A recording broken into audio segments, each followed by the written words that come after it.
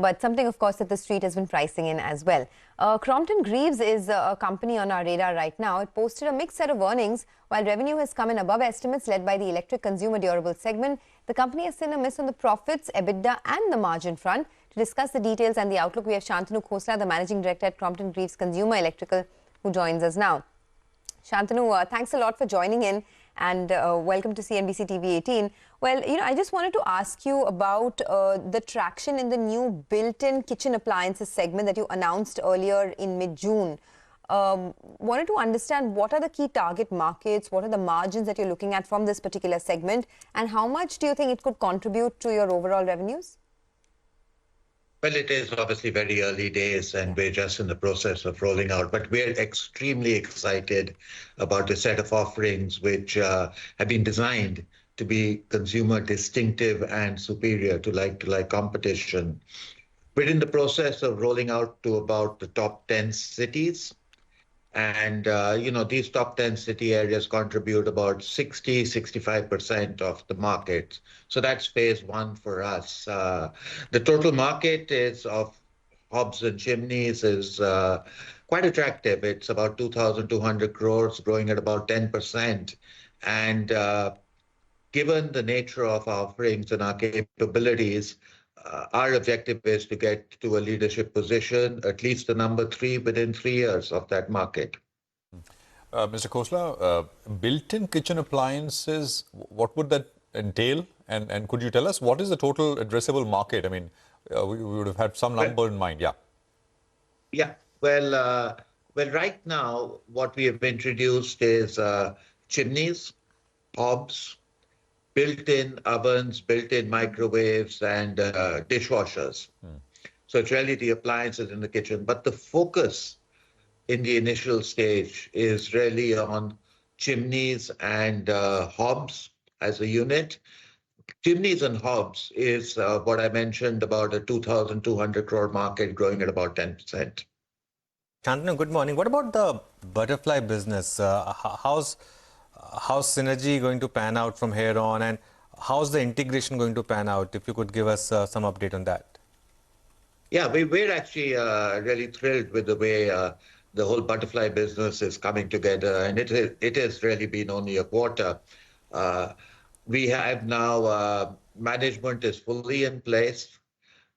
We're in the process of bringing the principles, policies, approaches. The first quarter performance has been extremely encouraging. Butterfly top line was up 86%, and we're starting to see efficiencies come into play with the EBITDA margin was at 10.2%, which is up from about a 5% level that it's been historically. There's obviously still a long way to go.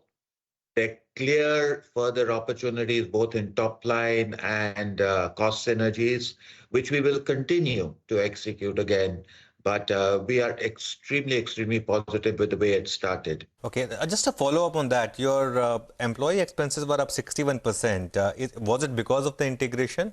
And also, what kind of expenses would you incur on advertising for Butterfly?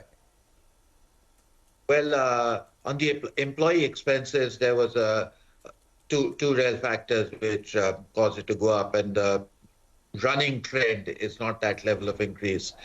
One was in terms of the performance bonus and the performance payments for the previous year, which are decided by the board. So some amount of that flowed into this year since it was decided in June. And the second thing to recall is we are talking about a COVID-based year. So last year, the increments had been delayed till July. Obviously, this year, we're back to our normal cycle of April. So it is a bit of a one-time thing, and it will normalize in the coming quarter. Okay. That brings us to the overall demand situation, right? I was going through your presentation that you put up post the numbers, and in that what stood out for me is you talk about how there is strong growth across segments, but there is a slight slowdown in demand that you observed towards the end of June. Do you think that slowdown could perhaps extend into the second and third quarter? And then will it be tough for you to kind of maintain this growth that you've seen in Q1? Well, the first thing, obviously, we have to keep in context is this quarter's growth numbers are playing off a low base of the COVID period in the previous year. So one of the ways of looking at this growth normalizing, and it's kind of becoming difficult to normalize, but because now we have to look at a 3-year CAGR to get back to pre-COVID levels. On a 3-year CAGR, the business has been growing on a consolidated basis about 11%. The second thing is obviously there is this whole inflationary aspect, which is not just on our business and industry, but frankly across every business and industry. The positive news is that towards the back half of the quarter, we have seen commodity costs come down. It's difficult, obviously, to predict what will happen in the future, but hopefully these commodity costs will continue to normalize. Now, as that happens, we do feel that we will pass some of the benefit of the commodity cost reduction onto the consumer, and volume demand will gradually start coming back. But I think, in our opinion, this is about a couple of quarters away at the least. No, got that.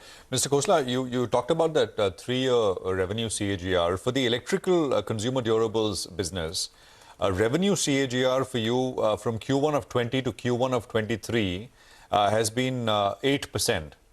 I mean, if one looks at a competitor like Havells, they've the same number of the same period is about 14%. What are you going to do to kind of fasten growth rate? What can you do? I mean, what leverage do you have to grow faster? And if you want to provide any guidance, that will be helpful. Well, we don't provide guidance normally, but simple. Disproportionately grow in kitchen. Butterfly is now an integral business, so I think we need to start looking at our growth on a consolidated basis. We have been looking for opportunities to enhance segments. We've entered this new segment. So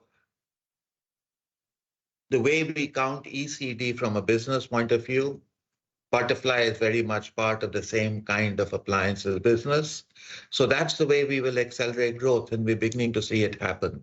I don't want to compare directly, with competition because the mix of businesses tends to be different. So what's important for us is accelerate our own growth.